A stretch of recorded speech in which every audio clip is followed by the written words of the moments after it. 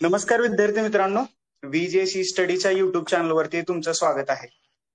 आज ज्या व्यक्तीसोबत आपण संवाद साधणार आहोत किंवा गप्पा मारणार आहोत, ती व्यक्ती ना DC आहे ना PSI आहे. परंतु कितीतरी DC आणि PSIच्या त्या पदापर्यंत पोहोचण्याच्या वाटचालीत या व्यक्तीची अगदी निर्णायक भूमिका राहिलेली आहे. वयाच्या 23व्या वर्षी ₹5,000 गुंतवून सुरू केलेल्या व्यवसायाने आज 80 लाख रुपये प्रति महिना नफ्यावर येऊन ठेपला आहे किंवा तो व्यवसाय यशाच्या परमोच्च शिखरावरती पोहोचला आहे.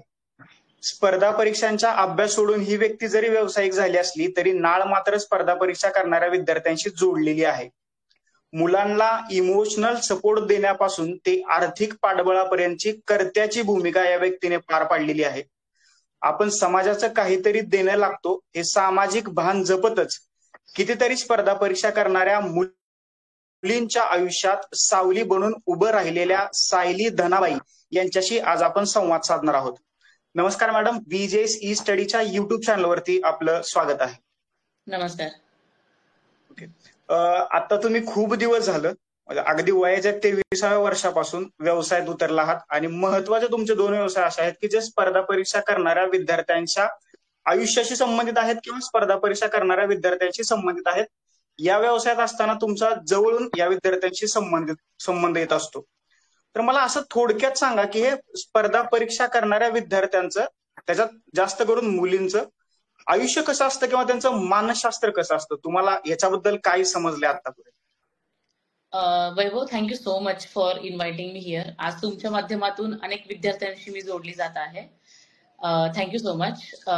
तर आज हा व्यवसाय करत असताना रोजचा किमान 400 ते 500 मुलांशी माझा संपर्क येतो, ज्याच्यामध्ये MPSC करणाऱ्या मुली आहेत, मुलं आहेत, UPSC करणारी मुलं आहेत, स्पर्धा परीक्षा करणाऱ्या एकंदरीत बऱ्याच सेक्टरशी माझा संबंध येत असतो. मानसिकतेचं म्हणाल तर काय होतं की एक प्रचंड मोठं स्वप्न घेऊन ही मुलं पुण्यामध्ये येतात किंवा विविध दिल्ली असेल अशा शहरांमध्ये जातात आणि आपण क्लास 1 अधिकारी होऊ असं कुठेतरी स्वप्न घरच्यांनी सुद्धा पाहिलेलं असतं. त्यामुळे पास होईपर्यंत, यादीमध्ये नाव येईपर्यंत कुठेतरी त्या प्रेशरमध्ये ही सगळी मुलं जगत असतात. नक्कीच बरोबर आहे. तुम्ही म्हटलं की स्वप्न पाहिलेले असतात. काही जणांची स्वप्नच राहतात, काही जणांची स्वप्न सत्यात उतरतात. याच्यामध्ये मोटिवेशन नावाचा फॅक्टर किती महत्वाचा ठरतो, याच्यामध्ये तुमचं निरीक्षण काय आहे?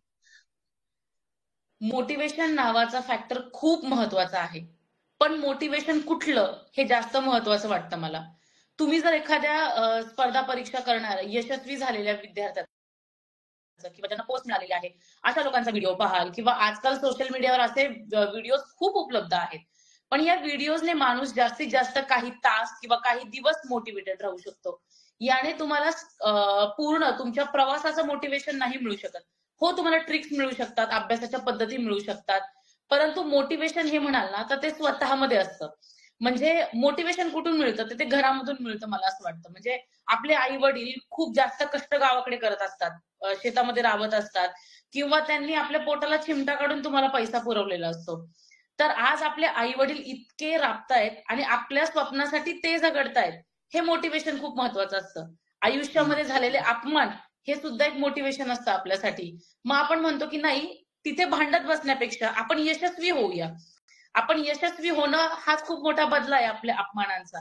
त्यामुळं हे मोटिवेशन मला वाटतं जास्त महत्वाचं आहे, ना की ते भाषणांमधून येतं, ते स्वतःच्या आयुष्यामधून येतं, झालेल्या अपमानांमधून येतं आणि आपण केलेल्या संघर्षामधून येतं असं मला वाटतं.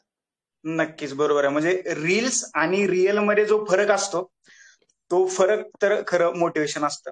आता मोटिवेशनचा विषय निघालाय तर सध्या मोटिवेशनसाठी सोशल मीडियाच्या आहारी जाणारी पिढी निर्माण होते. तर तुम्हाला काय वाटतं, म्हणजे या विद्यार्थ्यांच्या आयुष्यात किंवा ओव्हरऑल स्पर्धा परीक्षा करणाऱ्या विद्यार्थ्यांच्या आयुष्यात सोशल मीडियाचा रोल सध्या काय आहे? सोशल मीडियाचा रोल सुद्धा खूप महत्वाचा आहे, पण इथे पण मी म्हणेल, इथे पण 2 प्रकारचे सोशल मीडिया तुम्हाला बघायला मिळतील.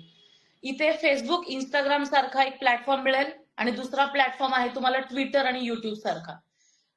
तर मला असं वाटतं की तुम्हाला ट्विटर आणि युट्यूब खूप महत्वाचं आहे, जिथे तुम्हाला खूप चांगलं गायडन्स मिळणार आहे. ट्विटरवर तुम्हाला देशामध्ये सध्या काय चाललेलं आहे, मोठमोठ्या पदावरील व्यक्ती सध्या तिथे काय म्हणत आहेत हे खूप महत्वाचं वाटतं. पण इंस्टाग्राम आणि फेसबुक जर म्हणाल तर ते मला थोडंसं निगेटिव्ह वाटतं. कारण इथे तुम्ही येता आणि एकदा का तुम्ही एक रील चाळायला बसले की तुम्ही कंटिन्यू रील्स चाळत बसता. याच्यामध्ये तुमचे 2-2, 3-3 तास कसे निघून जातात हे तुम्हाला सुद्धा समजत नाही. आज अभ्यासिकेमध्ये प्रत्येक ठिकाणी वायफाय अवेलेबल करून दिलेला आहे. हॉस्टेल्समध्ये वायफाय अवेलेबल करून दिलेला आहे. पण खूप काही काही मुलं आहेत जी त्या वायफायचा चांगला उपयोग करतात. पण मी बघते की बऱ्याच ठिकाणी मुलं मूव्हीज डाउनलोड करणं असेल किंवा वेब सिरीज पाहणं असेल, मग एकदा का तुम्ही एखाद्या सीरियलवर जाता आणि मग ती सीरीज तुम्ही बघायला सुरू करून देता आणि तुमचा वेळ कसा वाया जातो हे तुम्हाला सुद्धा समजत नाही. म्हणजे जर तुमचं 12 तासाचं शेड्यूल असेल आणि हे फक्त YouTube सारख्या ठिकाणी म्हणजे जिथे तुम्ही Instagram सारखं ठिकाण असेल, तिथे तुम्ही 4-4, 5-5 तास जर वाया घालवत असाल, तर मग काही उपयोग नाहीये. तुमचा महत्वाचा वेळ खूप वाया जातोय. त्यामुळे सोशल मीडियाला पॉझिटिव्हली वापरण्याचा प्रयत्न आपण सर्वांनी केला पाहिजे. म्हणजे स्क्रीन टाइम रिड्यूस करण्यासाठी तुम्ही काय मुलांना सल्ला द्याल का, की कसा स्क्रीन टाइम रिड्यूस करता येईल किंवा कमी करता येईल? तुमचं दिवसभराचं शेड्यूल खूप महत्वाचं आहे त्याच्यासाठी. तुम्ही सकाळी उठल्यानंतर संध्याकाळपर्यंत काय शेड्यूल ठेवता? कारण आज मी जे बोलते हे ऑब्झर्वेशन्स वरून बोलते. आज मी कितीतरी मुलांना ऑब्झर्व्ह करते. म्हणजे एखादा मुलगा स्टार्टिंगला आम्हाला वाटतं बघताना, की अरे हा पोस्ट घेऊ शकेल, याच्याकडे ती कॅपॅसिटी आहे. याचा बसण्याचा टायमिंग खूप जास्त आहे. पण कालांतराने कधी-कधी काय होतं ना, आपण म्हटलो ना आता, की जी सेल्फ मोटिव्हेटेड मुलं असतात ना, ही ऑटोमॅटिकली बरोबर. त्यांचा स्क्रीन टाईम कमी ठेवतात. पण जी हम्म. मुलं व्हिडिओज पाहून स्पर्धा परीक्षांचा अभ्यास करायला येतात ना, यांचा स्क्रीन टाईम हा जास्तच असतो. सो मी तुम्हाला म्हटलं, की आपलं ध्येय समोर ठेवून आपण इतकाच आपला टायमिंग हा Instagramसाठी न वापरता तो YouTubeवर अभ्यासासाठी वापरला पाहिजे. हे आपल्या डोक्यामध्ये जर आपण कंटिन्यू ठेवलं, तर तो स्क्रीन टाईम ऑटोमॅटिकली कमी होते. कुठलंही टेक्निक नाहीये. हे सगळं तुम्ही काय ठरवता याच्यावर डिपेंड आहे. बरोबर, अगदी बरोबर. यालाच धरून माझा पुढचा एक प्रश्न आहे. आता तुम्ही रिडिंगचा विषय काढला, की प्रत्येक रिडिंगमध्ये वायफाय दिलं जातं किंवा ती गरजही आहे. तर हे वायफाय दिलंच नाही, तर काय फरक पडणार आहे का? हां, आता जर तुम्ही बघता की मुलं ऑनलाईन लेक्चर्स वगैरे करतात, तर वायफायवर स्पीड वगैरे खूप चांगलं असतं. तो वायफाय बरोबर. Is very important. मी काय म्हणते वायफाय या फॅक्टरला बंद करण्यापेक्षा आपण आपला स्क्रीन टाईम कमी करूया ना. म्हणजे ओके. वायफाय तर पाहिजेच आहे. तुम्हाला व्हिडिओज पाहिजेत, ऑनलाईन लेक्चर्स तुम्हाला अटेंड करायचे तर सगळीच लोकं काय ऑफलाईन लेक्चर्सला जातात असं नाही, की बरीचशी मुलं किंवा YouTubeवर बरेचसे तुम्हाला पूर्ण विषयाच्या सीरीज सुद्धा अवेलेबल आहेत. जी मुलं क्लास नाही जॉइन करू शकत, ती YouTubeवर अभ्यास करत असतील, YouTubeवर लेक्चर्स बघत असतील. फक्त तिथे तुम्ही त्या वायफायचा योग्य वापर केला पाहिजे. Wifi is necessary. त्याला आपण नाही टाळू शकत. बरोबर, बरोबर. म्हणजे सोशल मीडियावर तर स्पर्धा आहेच आहे. इव्हन इथं स्पर्धा परीक्षा करणाऱ्या विद्यार्थ्यांमध्ये सुद्धा स्पर्धा आहे. हो. तर ही सोसायटीतली स्पर्धा आणि स्पर्धा परीक्षा करणाऱ्या विद्यार्थ्यांची स्पर्धा याच्यामध्ये तुम्हाला नक्की फरक काय जाणवतो? मला अजून थोडा क्वेशन तुम्ही एलॅबोरेट करून सांगाल का? म्हणजे सोसायटीत जी स्पर्धा चालू आहे जॉब मिळवण्यासाठी आणि येस. स्पर्धा परीक्षा करणाऱ्या विद्यार्थ्यांची जी स्पर्धा चालू आहे जॉब मिळवण्यासाठी, तर याच्यामध्ये दोन्हीमध्ये तुम्ही कसा फरक करताय? ह्याच्यामध्ये खूप जास्त फरक आहे. बरोबर, नक्कीच. सोसायटीतली स्पर्धा आहे ना, तिथे खूप सारे सेगमेंट ओपन आहेत. तुम्ही या नाही तर त्या सेगमेंटमध्ये एखादा कोर्स करून जर तुम्हाला कुठला नॉलेज कमी पडत असेल, तुम्ही तिथे ते नॉलेज गेन करून दुसऱ्या एखाद्या जॉबमध्ये सुद्धा एंटर करू शकता. पण स्पर्धा परीक्षांमध्ये तसं नाहीये. स्पर्धा परीक्षांमध्ये लिमिटेड गोष्टी आहेत. आणि सर्वात महत्वाचं म्हणजे स्पर्धा परीक्षांमध्ये जागा प्रशासनाकडनं खूप कमी येतायत. म्हणजे याला धरून मी तुम्हाला सांगेल, की आजकाल एमपीएससी करणाऱ्या मुलांवर मीम्स आलेले आहेत. एमपीएससी नक्कीच. करणाऱ्या मुलांवर जोक्स क्रिएट होत आहेत. तुम्ही Instagramवर बघत असाल किंवा कुठेही बघत असाल. म्हणजे कधी-कधी एमपीएससी करणाऱ्या मुलाला नाही त्याला काही व्हॅल्यूच दिली जात नाही. असं बऱ्याचदा होतं. का? तर त्याचं पास होण्याचं प्रमाण कमी आहे. म्हणजे लगेच कुठे याला बरोबर. पोस्ट मिळणार आहे, असं तसं. पण ही मुलांची चूक नाहीये ॲक्चुअली. प्रशासनाकडनं येणाऱ्या जागा कमी आहेत.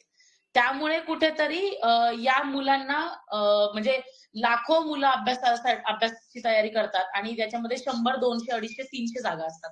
400 जागा असतात. या जागा 1000 सुद्धा नाहीयेत. मग त्यामुळे ही स्पर्धा प्रचंड मोठी आहे. त्यामुळे याचं जे तुम्ही म्हणाल कंपॅरिझन म्हणाल, तर सोसायटीमधली स्पर्धा ही पूर्णपणे वेगळी आणि स्पर्धा परीक्षांमधली स्पर्धा ही पूर्णपणे वेगळी आहे. बरोबर, अगदी बरोबर. आता तुम्ही बोलता बोलता म्हणला, की काही जण या स्पर्धेतून बाहेर पडतात. या स्पर्धेतून बाहेर पडणाऱ्या विद्यार्थ्यांसाठी ऍज अ बिझनेसमॅन म्हणून तुमच्या डोक्यात काय आहे का? किंवा भविष्यामध्ये तुमचे काय प्लॅन आहेत का? हो. खूप महत्वाचा प्रश्न आहे. तुम्हाला सांगते, माझा स्पर्धा परीक्षांशी संबंध कसा आला? इथून मी तुम्हाला सुरुवात करते की मी ग्रॅज्युएशन कंप्लीट झाल्यानंतर स्पर्धा परीक्षांच्या अभ्यासाला सुरुवात केली. प्लॅन बी वरून बोलते म्हणून मी तुम्हाला हा मुद्दा सांगतेय. मी ओके. 1 ते दीड ते 2 वर्ष स्पर्धा परीक्षांचा अभ्यास केला असेल. या दरम्यान मी राज्यसभेची मेन्स सुद्धा लिहिली आहे. पण नंतर असं झालं की माझी आई माझ्यासाठी कष्ट करत होती. माझ्यावर माझ्या घराची जबाबदारी होती. त्यामुळे मी कंटिन्यू हा अभ्यास करू शकत नव्हते.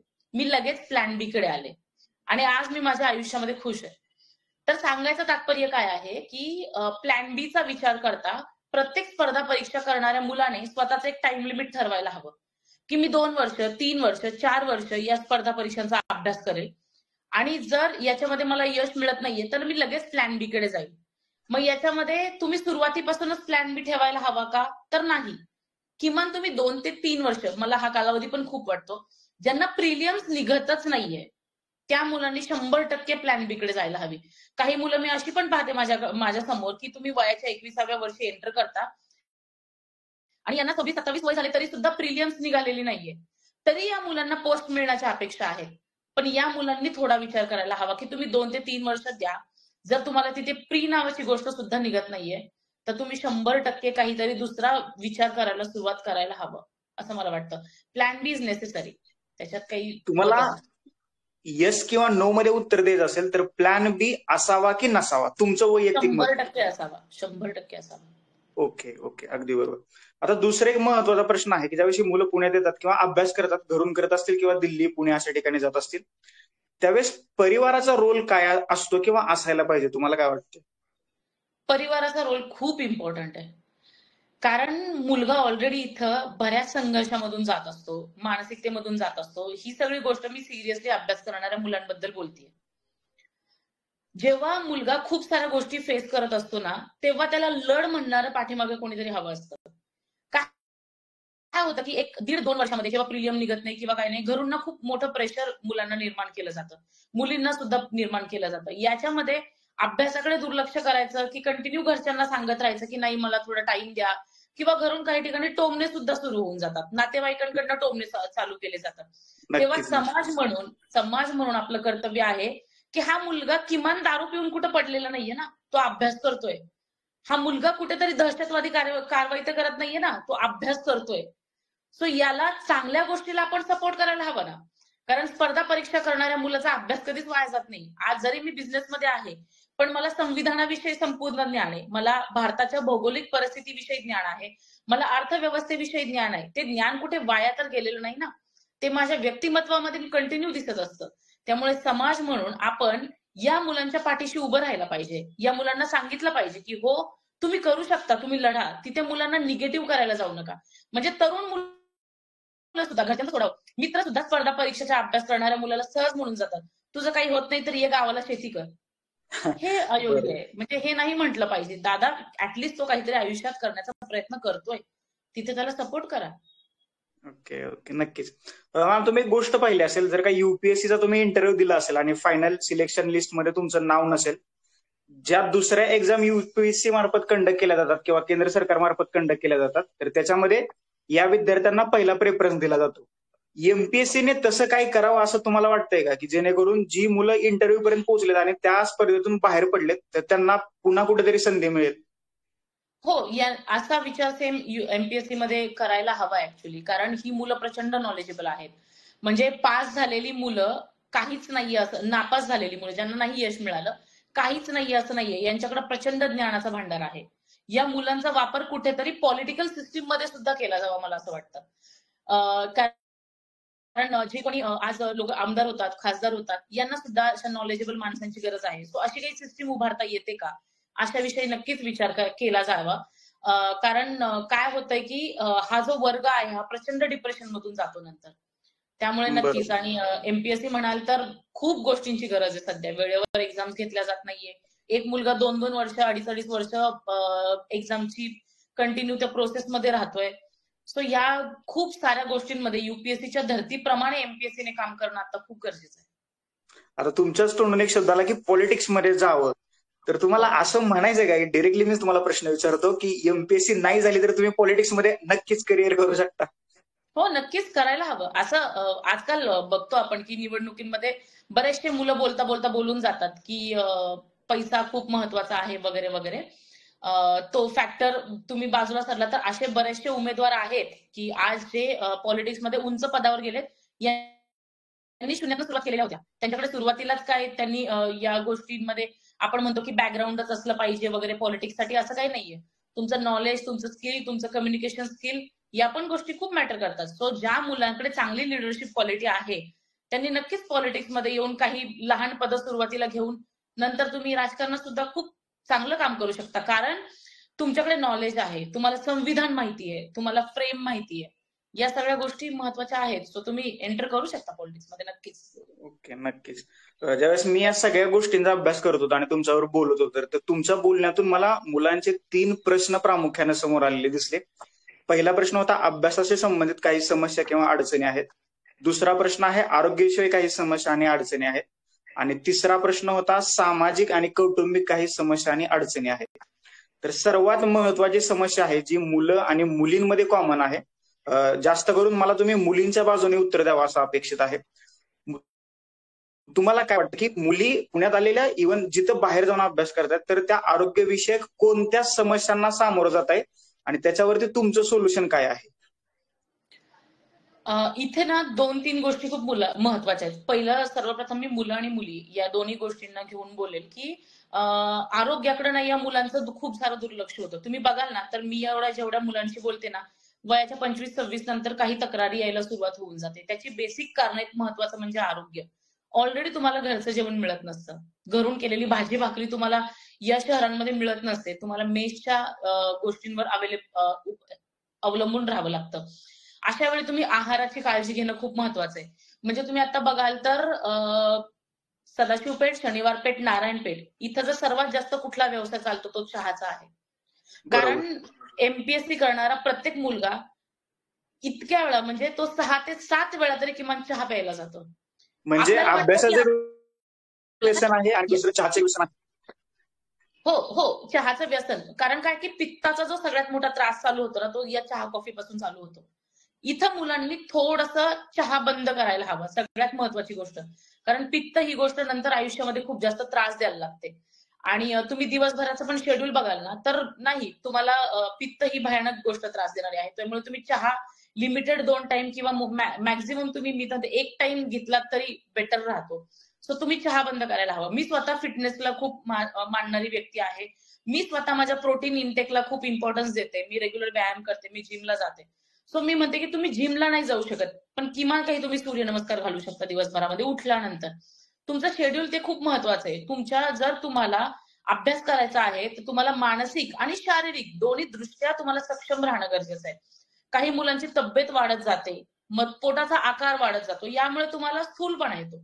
बसायला प्रॉब्लेम येतो आणि दुपारी तुम्हाला झोपायची गरज लागते. की दुपारच्या 2-3 तास जाऊन झोपून येतो.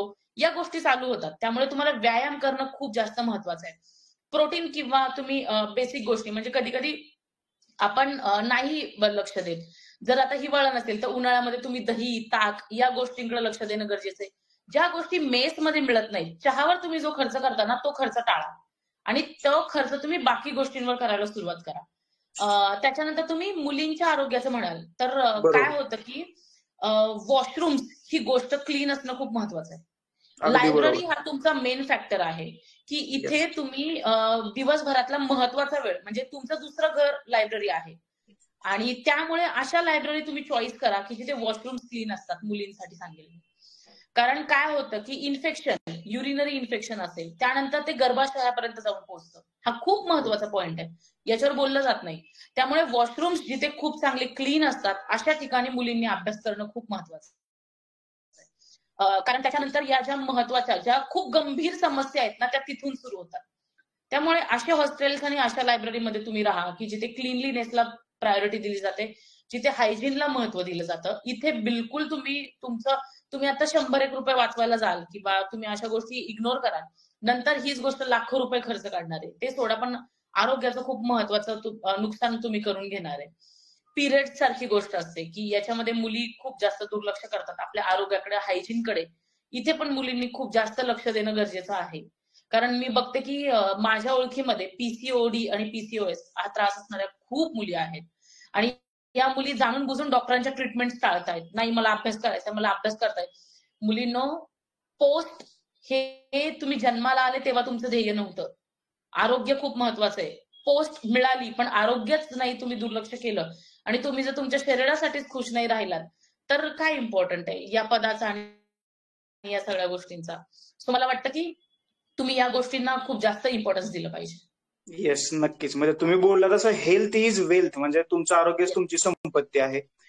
दुसरा, अभ्यासाच्या संबंधित ज्या अडचणी किंवा समस्या किंवा जे प्रश्न आहेत त्याच्यातला, काल आम्ही एक टेलिग्राम चॅनलला पोल घेतला होता की मी म्हटलं सायली मॅमला आपल्या शोवरती बोलवते तर त्यांना अभ्यासाशी संबंधित एक प्रश्न कोणता तुम्ही विचाराल. तर सगळ्यात जास्त ओट एका प्रश्नाला गेलं होतं की पुण्यातल्या रिडिंग मधली रिडिंगची फी. तर याच्यात थोडस तुम्हाला काय वाटतं, ह्या जास्त आहेत, कमी आहेत की काय, तुमचं मत काय, कारण तुम्ही त्या व्यवसायात आहात. हो, मी तुम्हाला एक गंमत सांगते, म्हणजे मुलांशी मला आवडेल हे चर्चा करायला. 2016 साली मी लायब्ररीचा या व्यवसायामध्ये आले. 2016 साली मी लायब्ररीची फीस 1200 रुपये घेत होते. तुम्ही कोणालाही विचारा सावली अभ्यासिकेची फी काय होती. ती फी आत्ताही 1200 रुपयेच आहे. 2016 ते 2024 पर्यंत लायब्ररीच्या फीज मध्ये असे वेगळे कुठले बदल झालेले नाहीयेत. या 1200 मध्ये मुलांना रिझर्व्ह सीट मिळतात, बरोबर आहे. जर तुम्ही म्हणाल तर दिवसभराचं जर तुम्ही कॅल्क्युलेशन केलं तर हे 30 ते 40 रुपये ऍव्हरेज प्रत्येक लायब्ररीमध्ये ही फीस घेतली जाते. याच्यामध्ये तुम्हाला काय काय मिळतं, तुम्हाला तुमचे फोन चार्ज केले जातात, तुम्हाला बसण्यासाठी एक चांगली जागा अवेलेबल होते, तुम्हाला वायफाय दिलं जातं, तुमच्या स्वच्छता, वॉशरूम्स वगैरे या सगळ्या गोष्टींकडे बघितलं जातं. तर तुम्ही इमॅजिन करा, खरंच तुम्हाला वाटतं का की दिवसाची 30 ते 40 रुपये फी लायब्ररीसाठी खूप आहे. मुलं जेव्हा जेवायला जातात बाहेर 500-600 रुपये आपण एका दिवसाचे देऊन येतो, फक्त 1 तास बसण्याचे, कॉफी प्यायला मुलं जात असतील तिथे म्हणाल तुम्ही. तर या सगळ्या गोष्टी बेसिक पुरवण्यासाठी 30 ते 40 रुपये फी खरंच तशी जास्त नाहीये. सो त्या फीज बद्दल म्हणाल तर दॅट इज ओके, म्हणजे ही फीज योग्य आहे. 1200-1300 रुपये इज नथिंग लाईक, असं मला वाटतं. ओके, ठीक आहे. तिसरा महत्वाचा प्रश्न होता सामाजिक आणि कौटुंबिक अडचणी किंवा समस्या. आता तुम्ही जवळजवळ 4 ते 5,000 मुलींचं किंवा मुलांचं काउन्सिलिंग केलेलं आहे, डायरेक्टली इनडायरेक्टली त्यांच्या संपर्कात आलेला आहात. मुलींचे प्रश्न आणि मुलांचे प्रश्न याच्यात तुम्हाला काय फरक जाणवलाय आतापर्यंत प्रामुख्याने? खरं सांगते तुम्हाला, मी आतापर्यंत खूप मुलांचं आणि मुलींचं काउन्सिलिंग केलेलं आहे. स्पर्धा परीक्षांमध्ये येणारा प्रत्येकच जण सिरियसली अभ्यास करण्यासाठीच येतो, हे सुरुवातीची फेज असते. पण नंतर आपण कुठल्या संगतीमध्ये जातो, कोणासोबत राहायला लागतो, हा फॅक्टर खूप महत्वाचा आहे. मला काउन्सिलिंग कुठल्या विषयावर जास्त करावं लागलंय आजपर्यंत माहितीये का, की मला यश मिळालं नाही यापेक्षा जास्त डिप्रेशन कुठल्या बाबतीमध्ये मुलं फेस करतात माहितीये का, तुटलेली नाती, झालेले ब्रेकअप्स. अरे हे खूप महत्वाचं आहे. येस, म्हणजे काही मुलांना आम्ही रेल्वे ट्रॅकवर झोपलेलो असताना आम्हाला तिथून समजले की या मुलाला आता घेऊन जायचंय, तिथून आम्ही मुलांना घेऊन आलेलो आहोत. किंवा आम्हाला आत्महत्या करायची की आम्ही 3 वर्ष या मुलीला साथ दिली, 2 वर्ष आम्ही या मुलाला साथ दिली, याला आता पोस्ट मिळाली, आता हा आमच्याशी बोलत नाहीये. मी स्पर्धा परीक्षांमध्ये अशी मुलं पाहिलीत ना की या वर्षी त्यांनी इंटरव्ह्यू दिलेला असतो आणि आम्हाला गॅरंटी असते की आता याला पुढच्या वर्षी 100% पोस्ट मिळणार आहे. पण काय होतं ना की मला या मुलाकडनं गायडन्स हवाय किंवा मला या मुलीकडनं गायडन्स हवाय, यांनी इंटरव्ह्यू पर्यंत झेप घेतलेली आहे असं म्हणून जेव्हा नवीन आलेली मुलं या मुलांना जॉईन होतात, यांची मैत्री होते, नकळत त्याचं रूपांतर प्रेमात होतं, एकतर्फी प्रेमामध्ये होतं. तर इथं ना खूप मोठ्या समस्या समोर यायला लागतात आणि मुलगा करिअरमध्ये मागे येतो. मला असं वाटतं ना की तुम्हाला आयुष्यामध्ये, मुलींना पण मला सांगावं असं वाटेल की तुमच्या आई वडिलांनी नातेवाईकांना तुमच्या अपोज करून तुम्हाला पेठेमध्ये पाठवले अभ्यास करण्यासाठी, सदाशिव पेठेमध्ये, शनिवार पेठेमध्ये. तर इथं ना तुम्ही अभ्यासच करणं खूप महत्वाचं आहे, की इथे तुम्ही या गोष्टींच्या मागे जाऊ नका. प्रेम वगैरे या गोष्टींसाठी ही वेळ परफेक्ट नाहीये. इथे तुम्ही अभ्यास करा. एकदा तुम्हाला यश मिळालं, पोस्ट मिळाली किंवा तुम्ही आयुष्यामध्ये यशस्वी झालात, तर त्यानंतर या गोष्टींसाठी तुम्ही थोडंसं गेलं पाहिजे. कारण न कळत कुठेतरी चॅटिंग करणं, कॉल्स होणं, मग भावनिक किंवा तुम्ही तुमचं ब्रेन बघा की तुम्ही त्या गोष्टीकडे डायव्हर्ट होऊन जाता. इथे हे टाळा, कारण तुमच्या आईवडिलांनी तुम्हाला खूप मोठं स्वप्न घेऊन इथं पाठवलेलं आहे. आई वडील वाट बघतायत घरी कुठेतरी की आता माझा मुलगा यश घेऊन येईल किंवा काय. कारण तुम्ही बघता आजकाल ग्रामीण भागामध्ये एका मुलाला जेव्हा यश मिळतं तेव्हा संपूर्ण गाव त्याच्या यशासाठी गोळा होतं. पण जेव्हा अपयश मिळतं ना तेव्हा टोमणे मारायला तुमच्या दारामध्ये प्रत्येक जण उभा राहिलेला असतो. सो तुम्हाला ठरवायचंय तुम्हाला टोमणे हवेत की तुम्हाला यशस्वी होऊन घरी जायचंय. त्यामुळे सगळ्यात मोठा जर कुठला तोटा असेल तर रिलेशनशिप हा स्पर्धा परीक्षाच काय कुठल्याही क्षेत्रामध्ये घ्या. तुम्ही एक ध्येय ठेवा आधी डोळ्यासमोर. आधी ते ध्येय, आधी ती गोष्ट मिळवा आणि मग या गोष्टींकडे तुम्ही आलं पाहिजे असं मला वाटतं. नक्कीच. आता प्रेमाचाच विषय निघालाय तर मला थोडंसं मॅडमच्या बोलण्यात ऍड ऑन करायचंय. शादी में जरूर आना नावाचा एक चित्रपट आला होता आणि त्याच्यातला नायक म्हणतो जर का तुमच्या आयुष्यात आलेली मुलगी तुम्हाला सोडून गेली तर तुम्हाला पोस्ट मिळते. आणि 12वी फेल या चित्रपटातला नायक म्हणतो जर का तुमच्या आयुष्यात मुलगी आली तर तुम्हाला पोस्ट मिळते. तर मित्रांनो, आयुष्यातून मुलगी गेल्यानं किंवा आयुष्यात मुलगी आल्यानं पोस्ट नाही मिळत, त्याच्यासाठी अभ्यासच करावा लागतो. मॅडमच्या मताशी मीही मोठ्या प्रमाणात सहमत आहे. नाही कारण तुम्ही 12वी फेलचं एक्झाम्पल घेऊन जर फक्त तुमच्या लाईफमध्ये थोडासा तुम्ही काहीतरी घेणार असाल तर ते मोटिवेशन प्रत्येकाच्याच लाईफमध्ये कामाला येईल असं नाही. कारण नक्कीच. आताच जर तुम्ही बघाल गोष्टी सगळ्या आता बदलल्यात सगळ्या गोष्टी. त्यांनी जेव्हा पोस्ट मिळवली होती ना, जे 12वी फेलचं आपण म्हणतो, तो टायमिंग किंवा हा टायमिंग मध्ये आता खूप जास्त फरक आहे. सो आपल्याला लाईफ पार्टनर किंवा तो पार्टनर निवडताना पण खूप म्हणजे विचार करावा लागतो. सो हा तो काळच नाहीये मी तर म्हणेल, की तुम्ही आता या गोष्टींमध्ये पडून अभ्यास कराल. हे शक्य नाहीये. थोडंसं प्रॅक्टिकली विचार करून नाही, हे 3 वर्ष मी फक्त अभ्यासासाठी देईल, माझ्या करिअरसाठी देईल, मी काहीतरी आयुष्यात घडेल आणि मगच त्या गोष्टींकडे जाईल. हे खूप महत्वाचं आहे. अगदी बरोबर. आत्ताच तुम्ही एक विषय काढला होता की सत्कार समारंभ आणि त्याचं गावभर कौतुक होतं. तर मला असा प्रश्न विचारायचा आहे की एखाद्याचा सत्कार समारंभ दुसऱ्यासाठी दुःखदायक ठरतोय का? म्हणजे पुण्यातल्या बऱ्याचशा सोसायटीवरती बोर्ड लावलेले आहेत की इथं सेलिब्रेशन करू नये किंवा इथं तुम्ही गुलाल उधळू नये. तर याचं थोडंसं मुलांना तारतम्य असायला पाहिजे का किंवा तुम्ही त्या लोकांना काय सांगाल? मी मनापासून सांगणार आणि एकदम खरं उत्तर देणार. सेलिब्रेशन बनताय बॉस. खूप कष्ट करतात पोरं आणि त्यांच्या मित्रांना आनंद होणं स्वाभाविक आहे ना. म्हणजे मला माहितीये हा जो पोरगा असतो ज्याला पोस्ट मिळाली आहे तो किती संघर्षातनं गेलेला असतो, किती त्याला त्रास झालेला असतो. त्याला म्हणजे कितीतरी गोष्टी त्यांनी सेलिब्रेशन करण्याचं काही मुलं दिवाळीला सुद्धा घरी जात नाही तो. अगदी म्हणजे बरोबर. थोडंसं मुलं मान्य आहे मला की खूप सोसायटीला त्रास होईल अशा गोष्टी नाही केल्या पाहिजे. पण होणार ना सेलिब्रेशन. गुलाल उधळले जाणार आणि काय वाईट आहे त्याच्यामध्ये? ती मुलं दारू पिऊन रस्त्यावर नाही पडत यार. एवढा त्यांनी स्ट्रगल केलेला असतो. तो हे सेलिब्रेशन व्हायलाच पाहिजे. काहीच हरकत नाही. ओके. अगदी म्हणजे नक्की तुम्ही तुमच्या यशाचा नक्कीच जल्लोष करा, सेलिब्रेशन करा. पण तुमच्या केलंच जल्लोषाने आणि पाहिजे. तुमच्या सेलिब्रेशननी इतरांना त्रास नाही व्हायला पाहिजे कारण तुम्ही भावी अधिकारी आहात. नाही शेवटचे 2 प्रश्न मान्य आणि आहे मला भावी अधिकारी आहात. पण आज जेव्हा इलेक्शन मध्ये लोक निवडून येतात करतात ना एवढं मोठं सेलिब्रेशन करतात. येस, मग येस. ते पण तर नक्कीच. समाजाचे लीडर आहेत. ते पण समाजाचं नेतृत्व आहेत. सो काही गोष्टी टाळा की ज्याने खूप जे काही वृद्ध नागरिक वगैरे असतील यांना त्रास होईल. पण सेलिब्रेशन केलं पाहिजे. सो सोसायटीला पण मी असं सांगेल की उलट तुम्ही पण या सेलिब्रेशन मध्ये सहभागी व्हा. त्या मुलाला विचारा की तो किती संघर्षातनं गेलेला आहे. नक्कीच, नक्कीच, नक्कीच. आता तुम्ही बोलला की सोसायटीने पण याच्यामध्ये इन्व्हॉल्व्ह झालं पाहिजे. जे लोक सिलेक्शन होते त्यांचं, तर त्या सिलेक्शन झालेल्या लोकांनी आता तुम्ही कसं समाजाचं काहीतरी देणं लागतो या उक्तीप्रमाणे तुम्ही समाजासाठी काम करताय. तर या सिलेक्शन झालेल्या अधिकाऱ्यांनी सुद्धा जे आपले बंधू किंवा भगिनी आहेत किंवा जी मुलं आता अभ्यास करत आहेत, नवीनच आलेत, त्यांच्याबरोबर जोडलं जावं किंवा त्यांना मार्गदर्शन करत राहावं. याच्याबद्दल तुमचं काय मत आहे की त्यांनी करायला पाहिजे की नाही करायला पाहिजे? 100% करायला पाहिजे.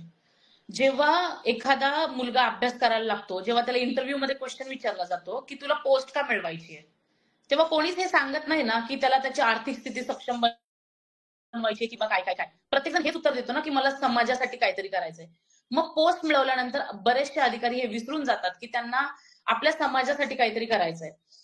त्यामुळे अधिकाऱ्यांनी या मुलांशी नक्कीच जोडलं जावं. कारण ही जी मुलं संघर्ष करतायत ही समाजाचा खूप मोठा भाग आहेत आणि यांना या अधिकाऱ्यांनी ठरवलं तर खूप मोठी मदत होऊ शकते. फॉर एक्झाम्पल मी तुम्हाला सांगते, पुण्याचे आता जे सहाय्यक समाज कल्याण आयुक्त आहेत विशाल लोंढे सर, आता यांनी 40 मुलांना दत्तक घेतलंय. जनसेवा फाउंडेशन मार्फत. आणि या 40 मुलांना दत्तक घेऊन यांचं राहणं, खाणं, यांचं प्रशिक्षण, यांना लायब्ररी, हा पूर्ण जो काही गोष्टी आहेत हे सगळं फक्त विशाल लोंढे सर बघतायत. याच्यामध्ये मुलांना एकही रुपयाचा खर्च करायची गरज नाहीये. आणि याच्यामधून UPSC मधून अनेक अधिकारी घडतील अशी त्यांना गॅरंटी आहे. सो हे या 40 मुलांचा भार उचलू शकले. तुम्ही इमॅजिन करा, जर का कित्येक काही शेकडो जरी अधिकाऱ्यांनी असं ठरवलं की या स्पर्धा परीक्षा करणाऱ्या मुलांशी यांना जोडलं जायचंय आणि खऱ्या कष्ट करणाऱ्या मुलांना यांना सपोर्ट करायचंय, तर नक्कीच आज संघर्ष करणाऱ्या खूप मुलांना याचा फायदा होईल. कारण मला माहितीये खूप असे सिरियस कॅन्डिडेट आहेत. म्हणजे माझ्या हॉस्टेलमध्ये सुद्धा क्लिनिंगचं काम करणारा जो मुलगा आहे, याने PSI ची फिजिकल दिलेली यावर्षी आणि आता तो सुद्धा स्पर्धा परीक्षांचा अभ्यास करतोय. म्हणजे पार्ट टाइम जॉब करून सुद्धा अभ्यास करणारी मुलं आहेत आणि ती यश पण मिळवतायत. असं नाही की त्यांना यश मिळत नाहीये, इंटरव्ह्यू पर्यंत पोहोचतायत. अशा मुलांना आज सपोर्टची गरज आहे. माझ्याही काही हॉस्टेलमध्ये अशी मुली असतील की ज्या खूप संघर्षामधून जात आहेत, पण आपण त्यांना मदत करत आहोत. सो अधिकाऱ्यांनी म्हणा किंवा ज्यांची परिस्थिती सक्षम आहे, यांनी या मुलांना मदत करायला काहीच हरकत नाही आणि त्यांनी पुढे आलंच पाहिजे. हे त्यांचं परम कर्तव्य आहे असं मला वाटतं. नक्कीच नक्कीच. शेवटचे 2 प्रश्न आणि मग आपण थांबूया. स्पर्धा परीक्षा करणाऱ्या विद्यार्थ्यांसाठी भविष्यात तुमचे प्लॅन आहेत का? त्याच्यामध्ये ऍज अ बिझनेसमॅन म्हणून आणि ऍज अ सोशल वर्क म्हणून असं आम्हाला डिफरन्शिएट करून सांगा की जेणेकरून तुमच्या या भविष्यातल्या प्लॅनचा फायदा इतर जे विद्यार्थी ह्या व्हिडिओ पाहतील तर त्यांना होईल. हो, मला असं वाटतं की मी थोडंसं एका प्रोजेक्टवर आता विचार करत आहे. स्पर्धा परीक्षांचा जे अभ्यास करणारी मुलं आहेत, यांना प्लॅन बी म्हणून कुठल्या तरी एका स्किलकडे वळवणं पण आपल्याला गरजेचं वाटतं. म्हणजे दिवसभरामध्ये जर तुम्ही 8 तास अभ्यास करत आहात, तर 3 ते 4 तास या मुलांच्या स्किलवर सुद्धा काम केलं जावं. म्हणजे असं एखादं इन्स्टिट्यूट असावं की जिथे वेगवेगळ्या प्रकारची जी करिअर करण्याची जी माध्यमं असतील, मग ज्याच्यामध्ये अक्षरशः सॅलॉन असतील किंवा ऑटोमोबाईल्समध्ये रिपेअरिंगचे काही गोष्टी असतील किंवा कार डिटेलिंग असेल, अशा बऱ्याचशा गोष्टी आहेत की या मुलांना ना ट्रेनिंग दिलं जाऊ शकतं. म्हणजे एखादा मुलगा जर स्पर्धा परीक्षांचा अभ्यास करतोय आणि जर तो 3 ते 4 तास इकडे पण देईल. कारण कधी-कधी काय होतं की आपल्याला माहित नसतं आपल्याकडे काय स्किल आहे. आणि जेव्हा आपण या स्किल्सचा विचार करतो, तेव्हा कदाचित स्पर्धा परीक्षांमध्ये जे अधिकारी आहेत, यांच्यापेक्षाही घवघवीत यश तुम्ही मिळवू शकता. एक मोठ्या बिझनेसमध्ये तुम्ही मोठं नाव कमवू शकता. सो असं एक इन्स्टिट्यूट असावं की जिथे किमान 15-20 स्किलवर काम केलं जावं आणि या मुलांनी स्पर्धा परीक्षांचा अभ्यास करता करता या इन्स्टिट्यूटमध्ये काही स्किलवर काम करावं आणि आपल्या आयुष्यामध्ये हा पण त्यांना निर्णय घेता येईल की बस झालं, आता मी स्पर्धा परीक्षांचा अभ्यास करू शकत नाही. मी एका स्किलवर काम करेल आणि मी बिझनेसमध्ये खूप काही मोठं करू शकेल. ओके, अगदी बरोबर. आणि शेवटचा अगदी प्रश्न, जाता जाता विद्यार्थ्यांना काय सल्ला द्याल? मी स्पर्धा परीक्षांच्या सर्व मुलांना आणि सर्व मुलींना एक महत्वाची कळकळीची विनंती करेल की आज मी सुद्धा सामाजिक काम करतेय. तर तुम्ही जेव्हा स्पर्धा परीक्षांमध्ये येता ना, की तुम्हाला काहीतरी सामाजिक भान आहे, तर या सर्व मुलांनी पद मिळाल्यानंतर सुद्धा या सामाजिक भानाला विसरू नये आणि सोसायटीसाठी काहीतरी नक्कीच त्यांनी काम केलं पाहिजे. आणि स्पर्धा परीक्षांचा अभ्यास करताना सुद्धा आपण एक ध्येय घेऊन आलो. हे ध्येय न विसरता या ध्येयासाठी तुम्ही दिवस रात्र झगडलं पाहिजे. प्रॉपर जसं एखादा बिझनेसमॅन एखाद्या लाईफमध्ये त्याचा सक्सेसफुल होतो, तसंच स्पर्धा परीक्षा मुलांचा सुद्धा एक प्रॉपर शेड्यूल असला पाहिजे, प्रॉपर प्लॅन असला पाहिजे. कारण वयाची 20 ते 35 वर्ष ही खूप महत्वाची आहेत. खूप जास्त महत्वाची आहेत. कारण याच वर्षांमध्ये ठरणार आहे की तुम्ही तुमचं आयुष्य कसं घालवणार आहात. त्यामुळे या वर्षांना व्यवस्थित एक प्लॅन करून, प्रॉपर नियोजन करून या वर्षांचा तुम्ही वापर केला पाहिजे. आणि तुमच्या आयुष्याच्या गोष्टी तुम्ही ठरवल्या पाहिजेत. कारण मी असं म्हणत नाही की पैसा खूप महत्वाचा आहे, पण पैशाशिवाय आयुष्य पण तुम्ही नाही ढकलू शकत. पैसा तितकाच महत्वाचा आहे. त्यामुळे या गोष्टींची सांगड घातली पाहिजे. या गोष्टी तुम्हाला बॅलन्स करता आल्या पाहिजेत आणि यश मिळवल्याशिवाय जाऊ नका. त्यासाठी प्रचंड कष्ट करा. यश कोणत्याही क्षेत्रामध्ये मिळवा. पण कष्टासाठी कमी पडू नका. कम्फर्ट झोन बाहेर पडा. कारण कधी-कधी खूप त्रास होणार आहे. म्हणजे लॉकडाऊनच्या काळामध्ये मला माहितीये मी किती संघर्ष करून माझा बिझनेस टिकवलाय आणि माझा एकही बिझनेस न बंद पडू देता मी इथपर्यंत पोहोचली आणि माझा बिझनेस वाढवतीये. एक मुलगी म्हणून मला कितीतरी रात्री रडावं लागलंय की वाटलीये आपण संपून जाऊ का? पण तरी सुद्धा एक जिद्द मनाशी बाळगणं आणि एक बाउन्स बॅक करणं खूप महत्वाचं आहे. अपयश येईल, काही हरकत नाही, पण लढा तुम्ही, बस एवढंच मी तुम्हाला सांगेल. नक्कीच नक्कीच. आपला हा संवाद आणि तुम्ही दिलेला सल्ला महाराष्ट्रातील तमाम विद्यार्थ्यांसाठी एक प्रेरणा बनून राहील, याच्यात काही दुमत नाहीये. आणि तुम्ही सुद्धा येणारं तुमचं पुढचं आयुष्य असंच तमाम महाराष्ट्रातल्या विद्यार्थ्यांसाठी सावली बनूनच राहावं, अशी आमच्या सदिच्छा आणि शुभेच्छा. तुम्ही तुमच्या बिझी शेड्यूल मधून वेळात वेळ काढून VJC स्टडीवरती आलात आणि आमच्याशी संवाद साधलात, याच्यासाठी पूर्ण VJC स्टडीच्या टीम कडून तुमचे आभार आणि धन्यवाद. Thank you so much. थँक्यू.